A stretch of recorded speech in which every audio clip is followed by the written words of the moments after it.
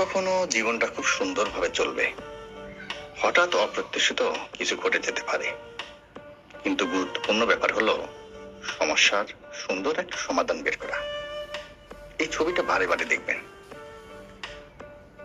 বাবার টাকা না থাকলে উপরে ওঠার সিঁড়িটা ঠিক ছবির মতোই কষ্টকর।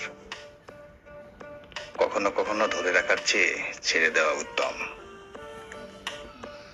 পরিস্থিতি আর টাকা মানুষকে এমন বানিয়ে দেয় যেটা সে কখনোই ছিল না।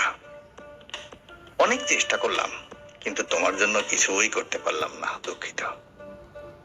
পাশে দড়ি রেখে এমন লোকের ভাব নেওয়ার অভাব নেই। উপায় থাকা সত্ত্বেও সাহায্যের হাত বাড়িয়ে কেবল অভিনয় করে।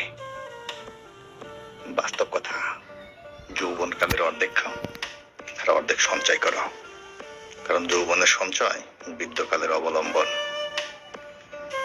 ধীরে ধীরে এগুলে চরিত্র তৈরি হয়, আর দ্রুত উন্নতিতে অহংকার।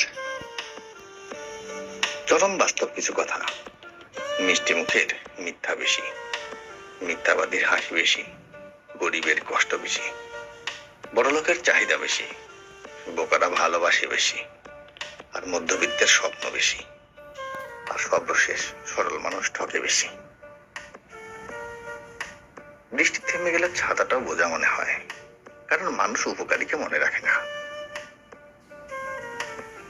হিংসা করে অন্যের ক্ষতি সহজেই করতে পারবে, কিন্তু কোনোদিন নিজের উন্নতি করতে পারবে না।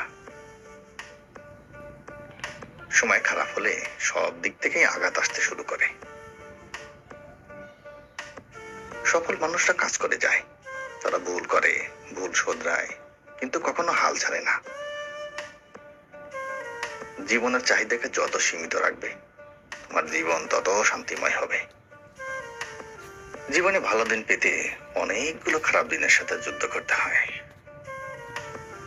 জনপ্রিয়তা থাকলে সমালোচনা থাকবে, আর যোগ্যতা থাকলে মানুষ আপনাকে হিংসা করবে।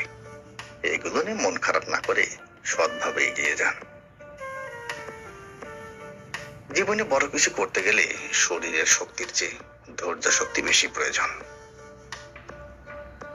সম্পর্ক হলো বিদ্যুৎ কানেকশনের মতো, যা ভুল জুড়ে গেলে সারা জীবন শর্ট খাবেন, হাত ঠিক জুড়ে দিলে সারা জীবন আলোয় ভরিয়ে দিবে।